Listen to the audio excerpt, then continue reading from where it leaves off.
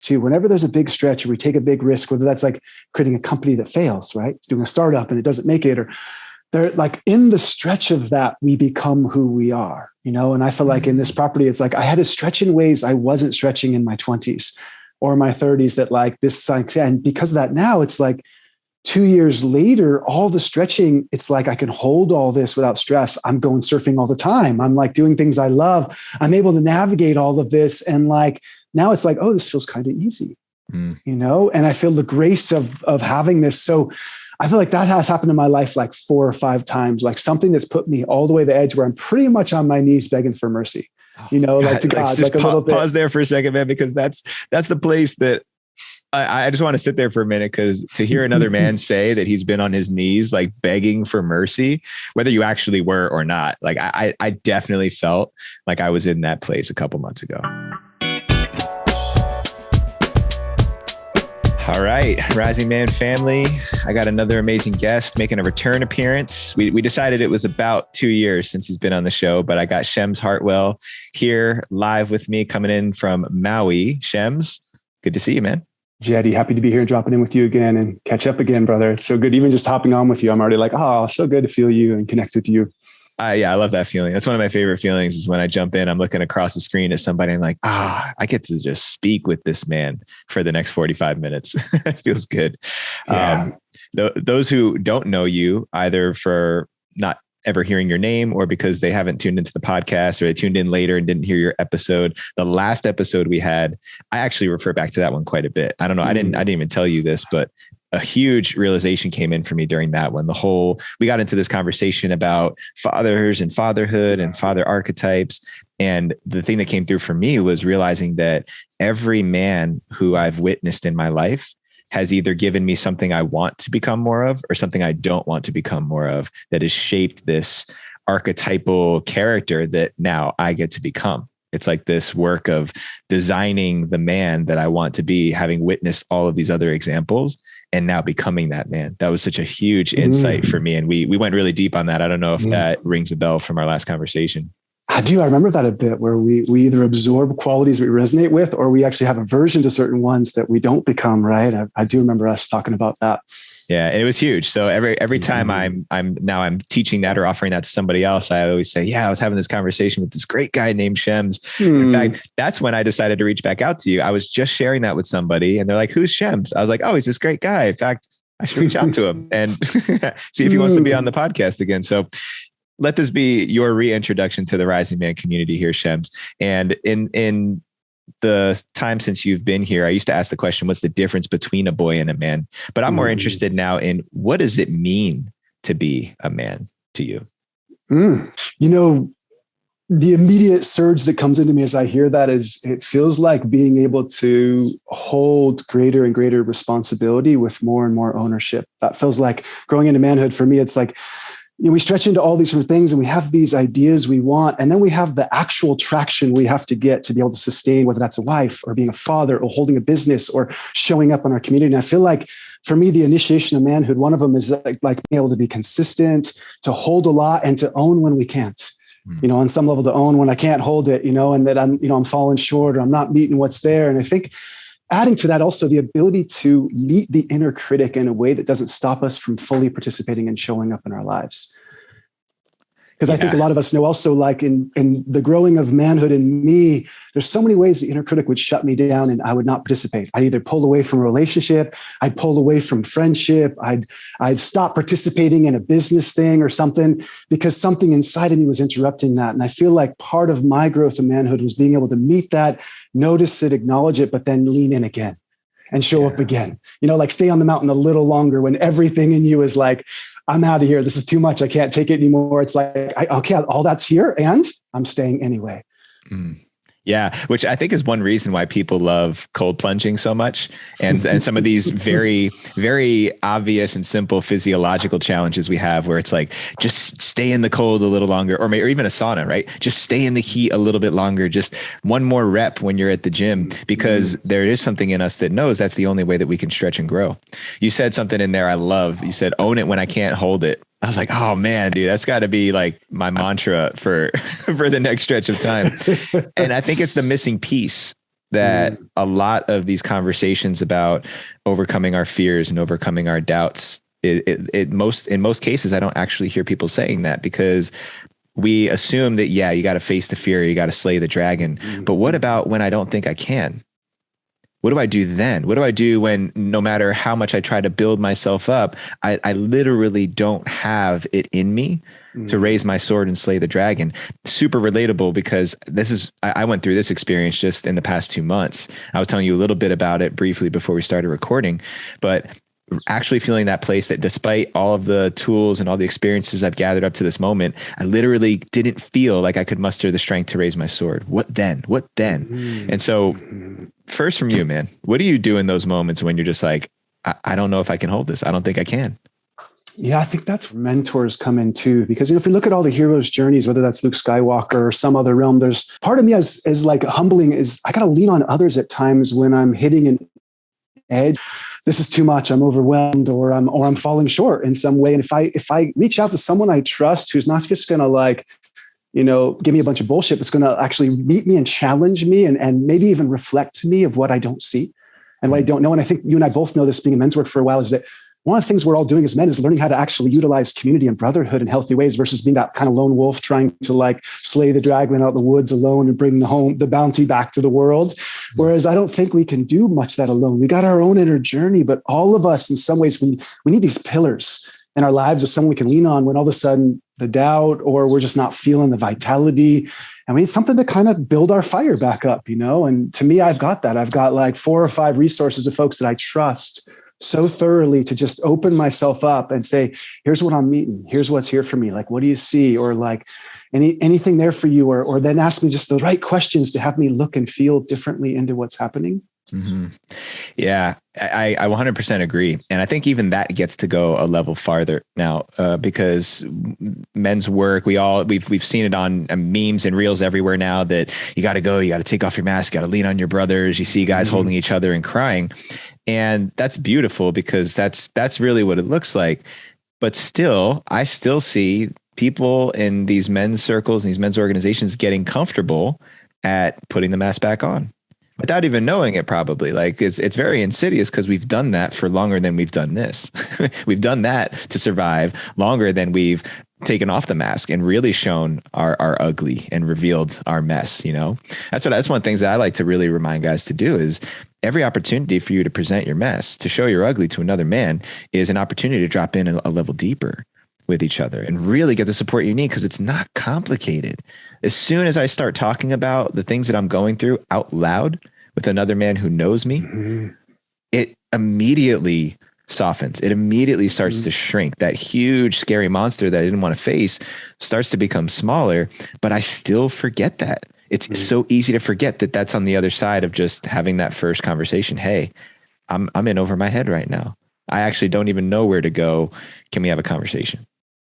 Yeah, I'm with you. It's almost like we're shining sunlight on it. I think sunlight does 2 primary things: either makes things grow, or it starts to dissolve them or burn them up or break them down. And it's like when we put something in the light, especially shared with someone else, it's like it loses some power. It loses some of its, sometimes I think of it's like unconscious energy that locks us into a certain mindset. When we bring it out to the open and put it in the light, we've got like more ability to meet it in different ways. And I think you and I could also say there's this art of like sharing everything and every little story or every little worry and every little stress, or then there's like really sharing the things that are an edge where we can have support. And some folks go the other side where they're overly vulnerable, overly sharing, kind of like sharing so much that it keeps them actually in a bit of a disempowered state where they don't have their own inner triumphs or growth edges. And there's that sweet spot, right? Of how much do I, cover my own ground and stretch myself and do the things that get me kind of up the mountain? And when do I actually look around for support? And I think that's also an edge for men's work right here too, because some men are just coming in so cracked open and broken, but they've lost their backbone a little bit. They've lost their center line, and their authority goes outside themselves, and they think that the circle or the men's work is going to heal them, rather than being a catalyst for them to heal themselves. Yes. Yeah. And bear with me for a second, because I think you're on to an even bigger pattern that I see. I got to work it out, because I've never actually said this out loud to somebody else, but there's something that I see in just the personal development space in general, is that folks who are new to this or folks who are really students of and trying to learn and embrace things are looking for the golden nugget. Give me something that I can latch onto and then just take that and carry it forward as far as I can. Some of those things, especially in the men's space, is don't be a lone wolf, right? You spent your whole life being a lone wolf. Find your brotherhood, find your pack, lean on your men. When in reality, even though it's beautiful, and I'd say the same thing, I tell people the same exact thing. The reality is that we're still going to be doing most of our lives by ourselves, especially in the world we live in right now. More times than not in your day, you're going to be by yourself. You're going to have those moments where there's not somebody right there to reach out to. You're going to call, you're going to pick up the phone, and you're going to get somebody's voicemail. So how do we prepare ourselves for those moments? And the bigger thing I'm seeing is that we can't just take these messages that become memes and quotes that people like latch onto and carry forward and just make that the only reality that there is. There's more nuance and subtlety to it. And so yes, while it's really important, and I've gotten so much value and benefit from knowing when and where to lean on these men in my life, just like you were saying, I also know that there's times where I've got to be able to be self-sufficient too. I got to be able to find ways to lean on myself and to be able to source that strength and confidence for myself. So I wonder if that resonates for you or if you see something similarly to that. Beautifully said. Absolutely. It's almost like if I use the analogy of being a musician, being a guitar player, it's like I get some support with things, but then I'm on my own to kind of work those out and explore and grow my capacity with whatever that is, like playing chords or learning new scales and things. And then at a certain point I hit a certain edge and it's like, oh, cool, I could use some more support or some more inspiration or some realm there. And I kind of feel like it's like that with, even I see people in the ayahuasca community or different medicine communities, or even in the men's work world. It's like, yeah, we go touch in and we deeply connect and we do our work. And then we've got our own growing into to do with that, I think too, of like, how do I apply that to my marriage? How do I apply that to my work and life? And how do I grow into the things I just got inspired by or touched by, or the gem I did receive or the healing I did do? How do I integrate that so that in my world, that's become applicable and something I'm actually embodying and living? And if I start hitting some glitches, then you know what? I need to like reach out again and explore that deeper with someone or get back in the community in some way to help discover it. That's one way I think of it. Right. Yeah. And it makes me think of the victim creator dynamic, where one of the ways to find our ways out of victimhood is to become the creator of our reality and the narrator of our story, which again is not something groundbreaking, right? A million people have said that at this point. But when you actually break that down, when you actually look at that, a huge challenge comes up in my life. The victim is the one who feels small, who also looks for somebody else to go and solve the problem. You know, and I might disguise it as I'm reaching out for help. Oh, I'm reaching out to somebody who knows how to do this better than I do. But my ego really wants them to just tell me exactly what to do.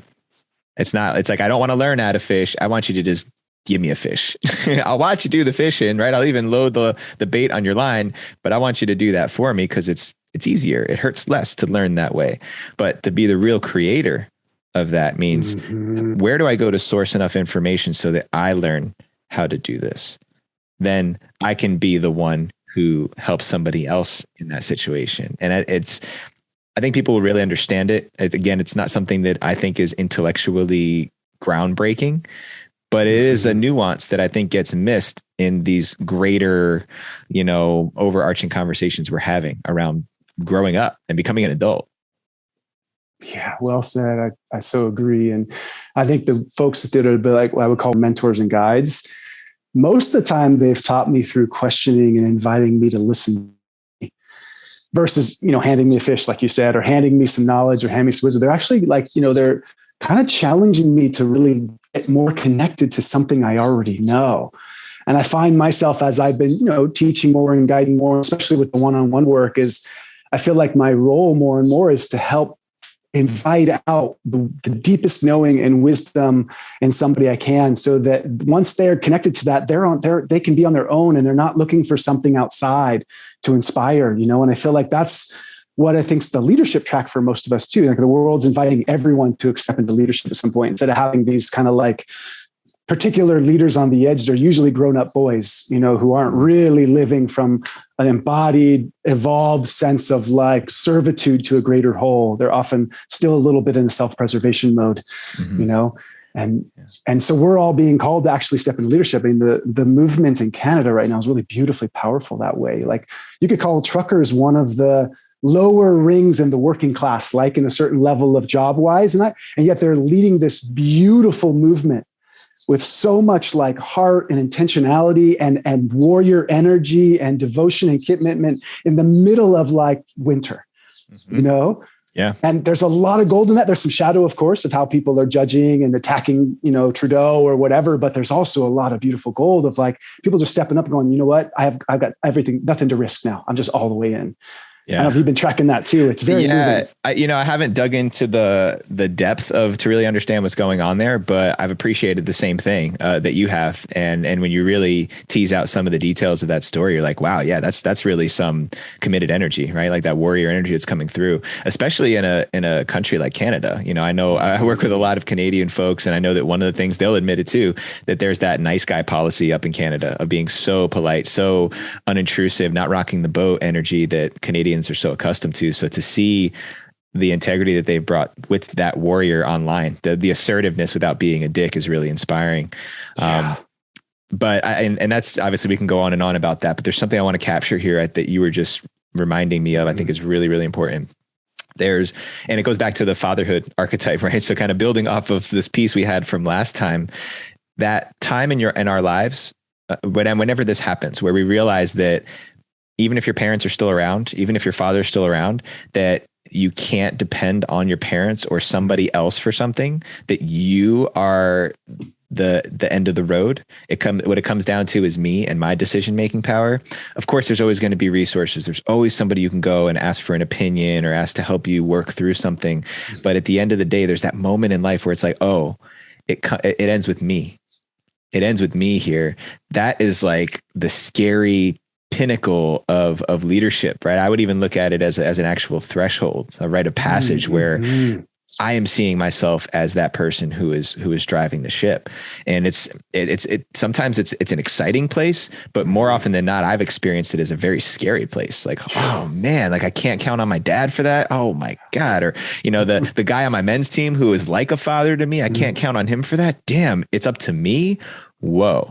And I don't think people talk about that place enough because it's something that occurs once we've already kind of got some things in life together. You know what I mean? Yeah. Yeah. Beautifully said, brother. And I so know those times in my life, even though my father wasn't the best role model. I had maybe some other folks that were a little more healthy for me, but that time when it's like, you feel a little bit alone that all of a sudden I can't like check in on somebody else or just ask them for what should I do? And I think that responsibility is also one of the first really big leaps, as Gay Hendricks would say, like, that's one of the first big leaps of like, I'm having to leap into what I do know, even though I've outsourced that as a young one, as a young buck in the world, I've outsourced like, oh, I trust him. I trust his guidance. I trust this person's guidance. And at some point, there's always that stretch, like in a rite of passage or on the mountain in a sacred journey. Mm-hmm. At some point you have to connect with that. And I think the more we like step into responsibility of like fatherhood or owning a property, like you and I started talking about before the show, like the property we bought here, it's like that stretch increase. It involves so much responsibility and so much holding that it almost always has a certain component of like fear. What if I fail? What if I drop the ball? What if I make the wrong choice? And it's almost mixed in there. The bigger the responsibility, the equal is of all the things that can sneak in to kind of sabotage a little bit of our trust. Yes. Right? Mm-hmm. Yeah. So let's migrate back to the conversation you and I were having before we started recording, because it was something we could both relate to. It builds on this. I'll go first. The winter kicked my ass. Literally once, like after winter solstice, everything in my life started. It's like we threw it on the spin cycle, and life was just boom, boom, boom, pounding us. Stressful times through the holidays, financial challenges for my wife and I, just one thing after the next, not going the way I expected it to. So those busted expectations, when you invest a little bit of hope and faith into something and then just a sequence of them, you get let down. That happened over and over again. We got COVID for the second time when we were traveling to Austin, and then 4 subsequent viruses when we came back from traveling over the course of 6 weeks. topped it all off with food poisoning that I got right at the end of it. Like we were straight up, man, we were going through a journey. Right. And what I want to describe more so is the feeling that was coming up for me during this. Obviously, illness is one thing, but stress and anxiety, the torment of physiological effects from stress and overwhelm, I felt it in a way I'd never felt before. I was routinely waking up every single night between 2 and 3 in the morning, just my eyes bulging out of my head and my heart pounding, like I was already running a race and somebody was after me. And then the tightness in my chest. I've never had tightness in my chest or shortness of breath. And I was like, what's going on? What is this all about? And I realized it was just all of the stress and overwhelm that I was under, because I was unknowingly being pushed into this next level of growth. It was like I was being squished up against the wall, and either I'm going to get crushed or I'm going to climb and reach and pull my way out of it. But then I'm going to end up in this place that I've never been before, and I don't know how to navigate. And when you were describing your journey, man, I was like, oh, you were talking about trying to find the grace, trying to, be with the stretching while your whole body is expanding. And it's such a beautiful image. And I've definitely had moments of experiencing that. But honestly, the majority of the beginning of this journey was really uncomfortable. Like I wanted to rip my skin off sometimes because I felt so uncomfortable in my body. So I want to speak to that first, because I don't think enough guys hear men who appear to be doing well and following their vision and purpose having those experiences still. Thank you, JD. And could you share a little more too of like, how'd you get through that? Like what happened? What helped you? What was your guiding light through that? Because that does sound like a lot, that was like one on top of another, which is like one of those like crazy storms in life, huh? Yeah. Well, I'm glad that I could say that I really leaned on the tools that I've acquired over the years, right? Like things we've already spoken about. I talked to every single man who I trust in my life. I spoke to other people outside. I talked to other coaches. I talked to women. I talked to my parents. I literally talked to everybody who knows me well to just get as much perspective as possible, to source as much perspective as possible. I wasn't looking for advice. Sometimes I was. Sometimes I really wanted somebody to just tell me what to do, like I was mentioning before. But ultimately, I was just sourcing perspective.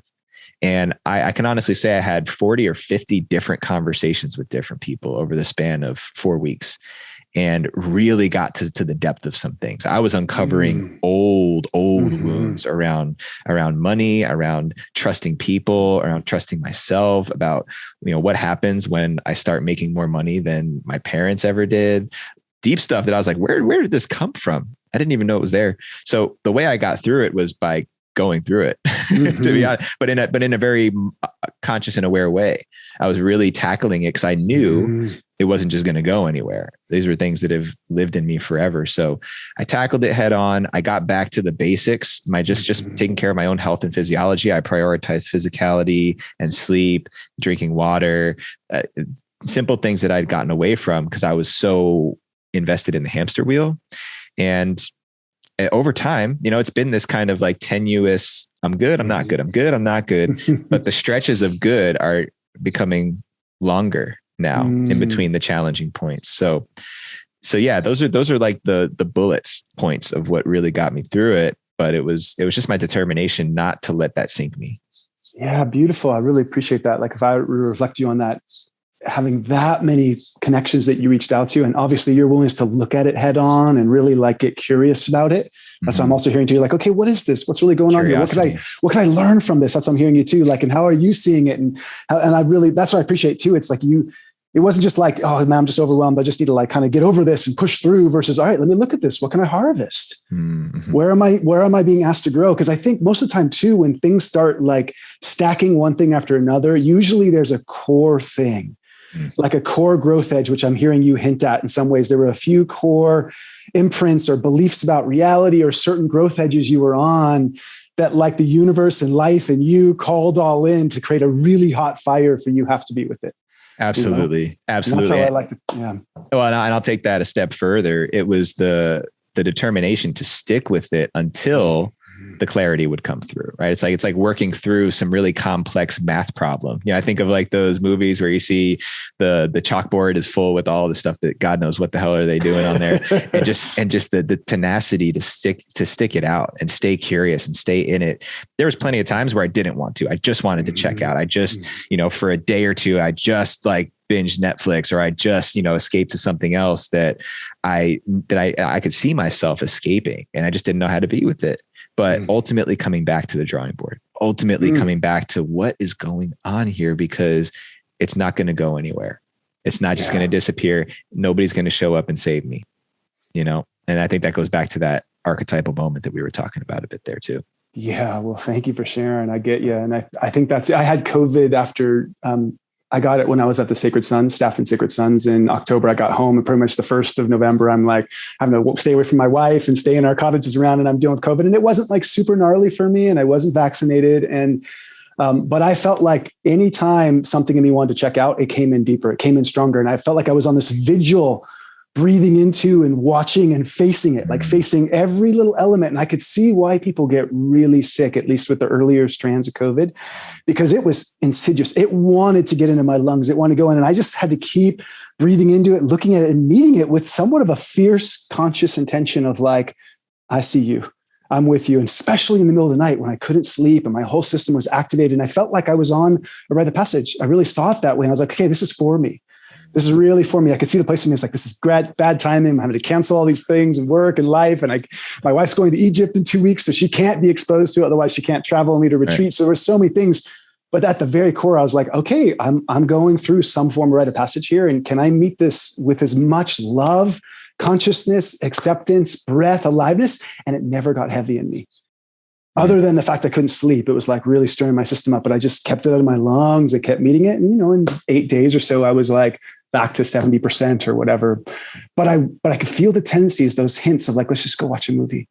Let's just go check out. Let's just, of course, sleeping was the way of trying to drop in, but I could just watch those places where there's that choice point of like, I either stay present and meditate into this, or something in me wants to turn off and shut down. And I'm not saying that's wrong or bad, but I knew if I did do that on some level, I would lose some ground. Yes. Yeah. The loss of ground, or just delaying the inevitable, right? It's like you can do that for as long as you want. And that's the reality too, is many people do. Many people survive in this world and they live long lives, and they do it by punting the problems further down the road. Mm-hmm. And this is where, to me, there's another just simple truth, is that you can only suppress those problems for so long and in so many different ways. Mm-hmm. This is why we're in the midst of an opiate and substance abuse crisis, right? This is why we have alarming rates of depression, anxiety, suicide, alcoholism, fill in the blank, right? This is the reason why we're glued to our technology, because there are some of those deeper things. And in this case, a lot of my former vices I've overcome, and I don't go back to those things, but I was definitely escaping into the technology and how easy it is to just like say, I'll save that for later. I'll put that off a little bit longer, when there were these things pending underneath the surface that needed to be faced off with, and days where I honestly just didn't want to, but I knew that if I didn't, it's just going to go on. It's just going to continue to be this way, man. And I just didn't want that. I didn't want to keep choosing the same pain over and over again. Well said, brother. And I think also a lot of us too are carrying the pain of our ancestors who didn't have the support or the skills or even the knowledge that you could face and feel your feelings. So they got passed down generationally. And I think we're all coming into a little more responsibility, realizing like what I don't process and face and meet and deal with on some level, I'm passing forward to the generations after me. And that's also a powerful responsibility for us to hold, of like, the more we do our work in some ways and face and burn through our pain and our hurts and deep levels of fear and who knows what else, on some level, we make the world brighter for the future, and on a micro level, like that's how we clean up pollution in the world. On some, there's levels of having to do that on the front line of every level, whether that's water systems and how we do trash and all that. And then there's also the inner pollution of thought, story, and psychic worlds and worry and stress and fear. And then we've got these devices, like you said, that like this cell phone thing, it's so addictive, basically like Instagram or whatever it is, that it's such a checkout. It's so easy to check out. And then there's all these realities that are fake realities of people in those that I want to be like, or I want to be jealous of, or I have envy of, or I want to mimic and do. And so many young folks are coming into the world where that's their guide. That's their teacher. That's their mentor. That's their association. Those are their peers. And of course, the fallout of that is what we're seeing is I have families coming to me in Hawaii here where their kids aren't going to school right now. And And the parents are terrified because the kids are checking out so much. And then when they take their phone away, the kids are having massive reactivity. Like, I hate you. I never want to talk. You're the worst parents ever. And it's like, how do you meet that as a parent? How do you do that? And so this is a whole new edge that many parents are facing, as you probably know, right? Oh, totally. Well, and I think it's something that we experience as adults too. And maybe we have a little bit more mastery and expertise in suppressing our emotions, but really children are just unfiltered versions of us. And I mean, cause I experienced the same thing too. You know, when that safety or that comfort is taken away from me, there is a reaction. There's a reactive response. It's like, what do I do now? What do I do now? Because I wasn't ready to go face off with the thing I wanted to, but all of a sudden my security blanket, the stone that I was hiding behind is gone. And now the dragon sees me again. What do I do now? And, you know, I want to migrate the conversation back to hearing a little bit more about your experience too, because you were sharing with me this massive stretch that you just stepped into your life with this property and how it came together. So I'd love to hear the real story about what that was like and how you navigated it. Yeah, thank you. It was just over 2 years ago, you know, my wife and I started looking for another home on Maui, and we were living in a really sweet neighborhood and a very nice home by the coast. And it was like, oh, we're ready for the next level. You know, in some ways, like we got neighbors too close and it's just not as private. So we started looking for properties. And the short story is that this one that we're in now became available, and it was a client of mine's home. It was also a huge financial stretch, like on every single level. And by grace, we were able to qualify for the loan, and we got in there. And the second property, she was willing to carry the note for us. We got two properties, like pretty epic high-end Hawaii life here. And it was such a stretch because, well, there's an element I didn't tell you, and that's that I lost everything in wildfire many years ago with my first wife. And that wildfire just kind of catalyzed a bunch of change. We lost our dogs, and then my wife met another man, and we had this loving, unweaving our marriage, but I let go of like an absolute dream property I was living at that was like, I was stewarding and living with her. And I left that coming to Hawaii, letting go of that marriage and just going, okay, next frontier, with this background thought of like, I don't think I'll ever have a home or a property like that. Like some thought of me was like, that was a really epic chapter. And I don't know if I'll ever be able to afford that or generate enough to like have a home like that. And it wasn't shutting me down. It was just like this inner thought of like, wow, that was a really special chapter of my life. And let me pause you for 1 second. Cause I think that's a really interesting point. Like why did you start telling yourself that story? Because some of the money to buy that house came from her family money that was like through some investments. And so there was a bit of that home happened through basically inheritance through on her side. And the shadow of that was that because of that inheritance, that money, it also, in some ways, I wasn't fully in my power, which is why that relationship needed to kind of, after 12 years together, needed to let go, because there was a way I was playing small in that world because in some ways I had something I hadn't fully earned. It's one way to say it. You know, I think a lot of people struggle with that when money comes in from left field and they haven't really had to struggle to have it, and all of a sudden they have it. And so I wasn't as fired up about my work, even though I was doing men's work and I was doing my practice acupuncture, but I was also like holding back and surfing and playing music and not really in the fire. And because of that, I wasn't fully empowered and I wasn't meeting her fully, you know. So when that transformed and let go, there was a thought of me of like, I don't know how on my own I'd be able to buy a, $2.5 million property or like pull off a dream place. And it wasn't that I didn't believe it was possible. It's just, I had this little thought. I don't feel like I was painting the picture it wouldn't happen, because maybe it wouldn't have then, but I was watching that there was this thing of like, I'm getting comfortable settling for less. The house I bought was like an $800,000 home by the coast, which was a really nice home and really sweet. And so, but then we were kind of outgrowing it and I did want more, and I started getting in touch with my power too. And then we took this huge leap to buy this property. Yeah. And there was a lot of grace for it to happen. But as I got in here, I got more and more scared. I got more and more like, how am I going to take this on? And it has 2 rental properties. So we got it right before COVID. COVID happens. All of the rental income disappears. Like I have to get back like 20 grand of money. We're like, how are we going to cover the mortgage? Like, oh my gosh. Let's pause there for a second, right? Because that's you're given the details. Like, talk about the internal experience, please. Like, go back there, because that's what I can relate to. I think I just started sweating a little bit because my body's like, I know what that feels like, man. That's crushing. So, mind was moving fast. Gut was tight a lot. I was having trouble sleeping. Family was visiting too. Her folks and my folks had planned to come visit with us. So they're all staying with our house that we had just moved into too. And like, I'm basically not available too. Like something me was kind of walling off and pulling in and kind of like, and moving fast internally, trying to take care of everything. Like for instance, the first week, they come to replace the gas tank and the company breaks the gas line and it's dumping rain and muddy. And I'm having to dig in the gas line. I'm like concerned about having enough money to pay for the repair because we just took on so much to put the down payment down. And I'm just like, and I'm digging in the ditch and I'm like pissed. I'm like swearing. I'm burning through a lot of energy. And then like, I'm watching myself with my mom. This is a part is I'm watching myself with my mom feel like a little boy who's not going to be okay. So that was in my two, like I had this like familiar feelings, like here I am like a 44-year-old man at the time. And I'm feeling my little boy, my mom's visiting and I'm like wanting my mom to hero me. It's like, it was this level that I was like, and my mom couldn't, she's not like mom's not flush with money. And she's like here being with me. And then I have my father-in-law too, who's awesome. And like, I'm having him see me in like my deepest vulnerability. Like I'm breaking down at times. I'm like going to dinner with them. And I'm just kind of shut down. I'm so overwhelmed. I'm kind of angry a little bit. I'm like, why did I make this choice? So I'm not connected. And I'm also feeling like shame that like, here I am in this big stretch and taking on this thing. I feel a little sad saying it. I felt shame because I think I had so much respect for my father-in-law of who I am in the world and how I've been operating and how I show up. And he's seeing me like basically break down. Yeah. And staying there. And so my mom's there, my stepdad's there, my brother's visiting who I haven't hung out with for years. So all this happening at one time. And I'm just like, so, simultaneously I'm trying to be honest and I'm meeting them and I'm being authentic because it's going on for me. And then I'm at the same time, I'm just like, sometimes I'm taking walks and I'm just needing to digest the fact that like, I'm scared. There's a lot going on here. I'm calling my bros. I'm calling friends who are like, hey bro, we know you. We know you've held a lot. Like just breathe in, I'm getting my mentors to step in.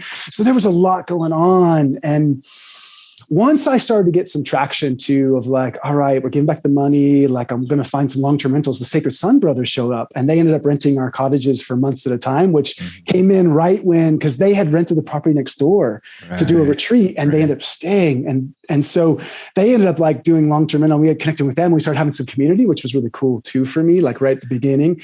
And I bring them in, we start planting fruit trees together. So then there was something started merging brotherhood, connection. I got some long-term rentals in our cottage, which is just enough to kind of like cover the very baseline. Yeah. And I kind of came out of it. But what would happen is I'd have these cycles also, just to get totally real, is that I had these cycles of a little bit of resentment with my wife because like, at times when we were jumping into the property, she hadn't had a big property before. So she had this idealism about it. And I had this other part of like, I know what this is going to be responsible for, like having 5 acres and gardens and things to cut back and jungle to take care of and lawns to mow and like all the costs and all the things. And then 3 homes. So I was holding this side of like, this is a lot on a practical level. She's on the side like, wow, how amazing. This is so phenomenal. This is the dream come true. And there's a part of me that was like, are you not hearing that there's this other side I'm holding of like, this is going to be a lot. And all my bros, like dearest friends of Maui are like, you sure you want this?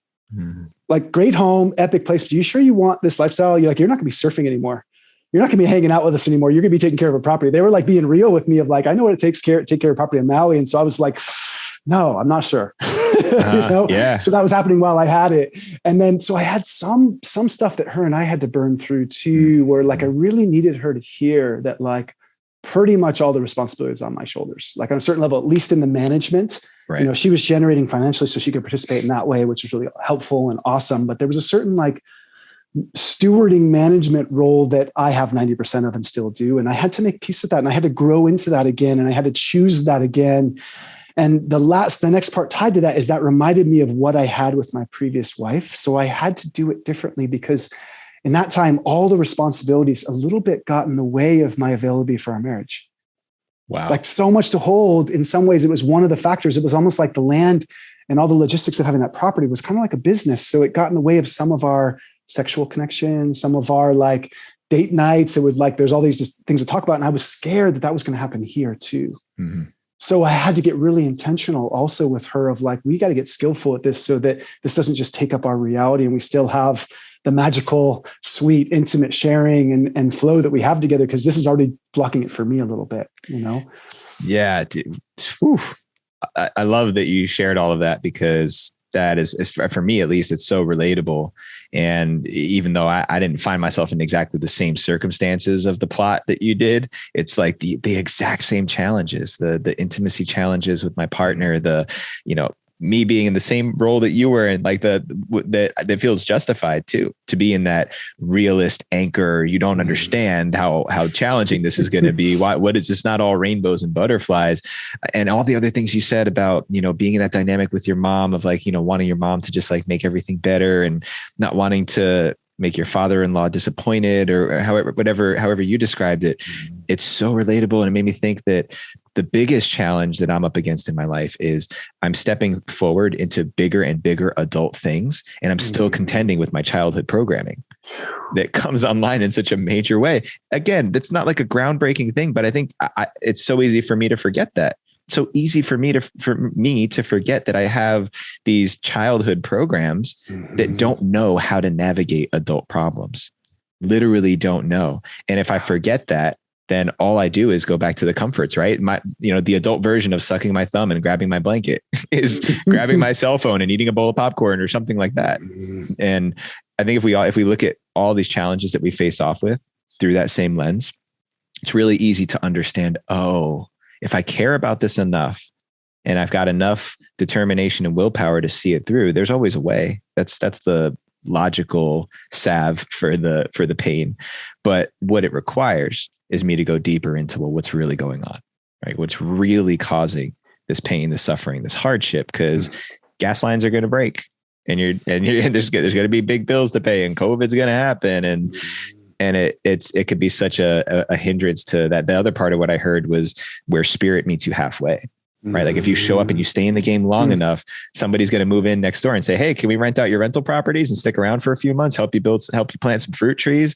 Things like that will happen if we can keep our head above the surface long enough to see it.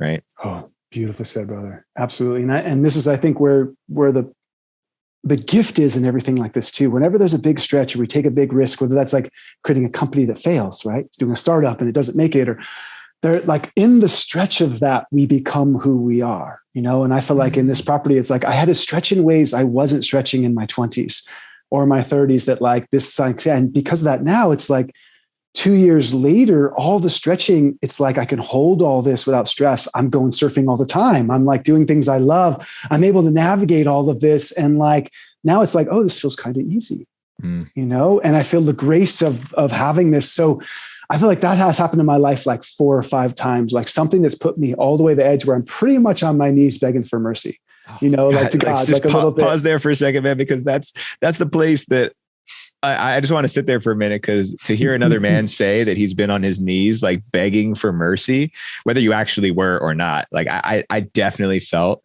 like I was in that place a couple months ago. All I wanted was to be like struck down. Yeah. And to me, it's also like this place of me that finally kind of surrenders and my will isn't making everything happen. And I'm like, all right, there's more going on that's making this happen than my creative power. Like, that's why I'm not a fan of The Secret. Like, you create your reality and never live. I think their spirit comes in and like, things happen. Like me having this property, it's like a miracle that I could have the same caliber of property I had in Santa Barbara that I let go of. And I have friends coming up, like I had Gay and Katie Hendricks coming and visiting me not too long ago for lunch. And Gay comes up, he's like, in your past life, you must have been some kind of Tibetan monk that lived way up in the mountains somewhere. Cause like you got another property that's just like this castle on the hill that you had in Santa Barbara. And he's like shaking his head, like, what is going on here? And something's like, okay, there's some kind of dharmic spirit things. And part of me that like begging for mercy and being on my knees and just being kind of cracked open, and then just going, you know what? I need help. Like I need spirit, I need God, I need my ancestors, I need the forces of my spirit guides or whatever in to like help me navigate something that I don't see how it's going to work. And I think most of us get there, whether it's Jesus, right? Like sharing the deepest thing that's such a best example, or Buddha surrendering, or any of these realms. I think we all have those moments where we kind of have to surrender and open to a power that's greater than ourselves.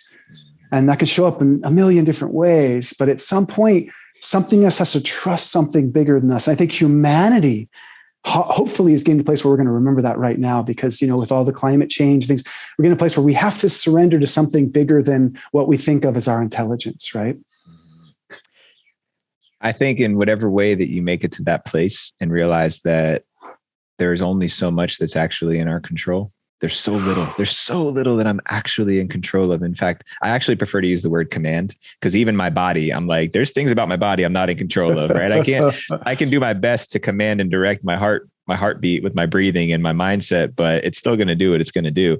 So just having some level of command and influence, but it's like largely what we're doing is being at the mercy of the ocean, right? Like the ocean's going to allow us to do, we can paddle a little bit and try and ride the currents, but ultimately we're at the mercy and will of this way larger organism that we get to be a part of. And instead of seeing that as something that is fear provoking, because, so much of this colonial manifest destiny mindset is to conquer and to seize control where it doesn't actually exist. It blocks us from this perspective that, hey, it can actually be really thrilling and in fact, fulfilling to be a part of that greater mystery and not know what's going to happen. It's like the people that we see who are just seem to be flying by the seat of their pants, the person who's busking on the side of the street, who they just seem to ride the wave from one thing to the next. And they actually seem pretty happy. That's always so inspiring to me. I've got an uncle like that who he's deeply invested in the Native American church and the ceremonial ways. And just watching how he navigates his life by trusting in that medicine and in that road, I'm like, whoa. It's inspiring to me because I know there's parts of me that still clings on to that. Well, if I could just grab it in my fist and hold it, then I could feel better about it. Yeah. I like to call that being in a positive current, that like trust and the piece. I feel like, like you said, the beautiful description of being out in the ocean and we can paddle a bit, right? And there's waves and swells. What we do have power over every moment, which I think is so important for us, like whether it's doing men's work or relational work, is that we have an opportunity to either react or respond again and again. And the difference between those two is massive. Like reacting usually means some form of like shutting down, checking out, being overly responding, overly getting aggressive, defensiveness. Respond is like, whoa, this is coming. Like, all right, how am I going to meet it? How am I going to negotiate this? And I think that's where people, live through crazy experiences, whether that's Laird Hamilton in The Biggest Waves of the World or someone climbing some rock face.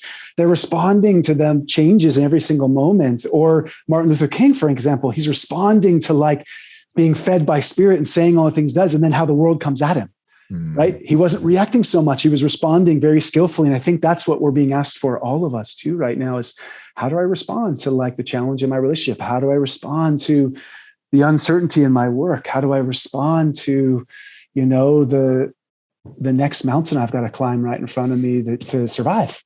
Right. Yeah. Yeah. And the last thing, I think the clincher is that even when I get to the top of that mountain, or I saw that curveball and I just like hit it to the gap and had that success, that victory moment, it's like, okay, well then what's the next one? What's the next one? Not in this, pessimistic, just, like everything's always going to go wrong. Anything that can go wrong will mindset, but just anticipating that there is going to be something that's going to continue to challenge me and to embrace that. And because there's also, this is another thing I learned about myself. There's still a part of me that wishes that the curveballs are going to stop, that the challenges are going to stop coming, that somewhere it's like, can we just get a little calm on the ocean for a little while, just long enough for me to catch my breath? And as soon as I start wishing for that, it's another way that I give whatever command I have over myself away. It's right. It's like, I'm just like, so yeah, that part of us that wishes it's going to stop, and instead embracing it and saying, hey, it's not going to stop, but it is an adventure and I can enjoy it. I can choose to enjoy it by responding instead of just reacting to the challenge. Oh, that's wisdom right there too, is kind of knowing that there will be something else. Yeah. So let me enjoy that little moment of reprieve or that integration of something I got through. And I think as we get older too, we start realizing we're going to lose friends. Life's going to change, we're going to have ups and downs financially. And we start to do that a little more even keel with a little less volatility in us as far as reacting, but a little more ability to go like, okay, wow, that didn't go well. Versus, I think for a lot of us at younger stage, we get like, this is what I experienced in myself, is that my dad was so reactive. He couldn't find a parking spot somewhere in San Francisco. He'd start slamming the steering wheel and having these huge fits. And it's like, that was huge reactivity. So something in my system knows that, like it's familiar, so that I was out wing foiling yesterday and the wind died while I was like half mile offshore. And I couldn't get back up on the foil. And it was a long paddle in, and I'm working it and I'm falling, and all of a sudden I just got so pissed. I just had to start roaring like a fucking wild animal. I'm like, all right, this is an appropriate place for anger to move through me. I'm super pissed. I've got a lot of work here and I got to burn up some heat. And I'm like, oh, this is my dad's energy. It's still in there. Yes. that place in me that like, it's a little too much. And like someone going by over there heard me and I'm just like, yeah, that's a pretty big like anger fit I'm having right now. And then it moved through me, but I'm also like, that's still in me so deep, even though like I have some shame about it. It's not really how I want to respond to meet something. I want to be more relaxed and just trust the flow and be kind of a Zen Buddhist to get back on that thing and wait patiently for the right wind. But well, that just reminds me of something I like to say, that even healed wounds leave a scar.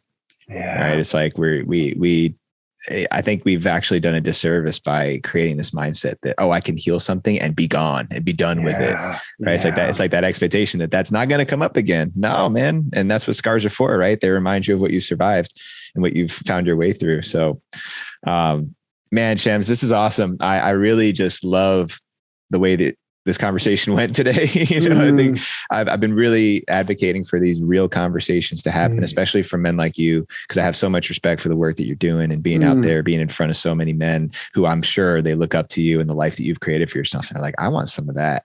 For them to know that a man like you with what you've created, it also gets pissed off at the wind dying and cusses when he's digging trenches to repair gas lines.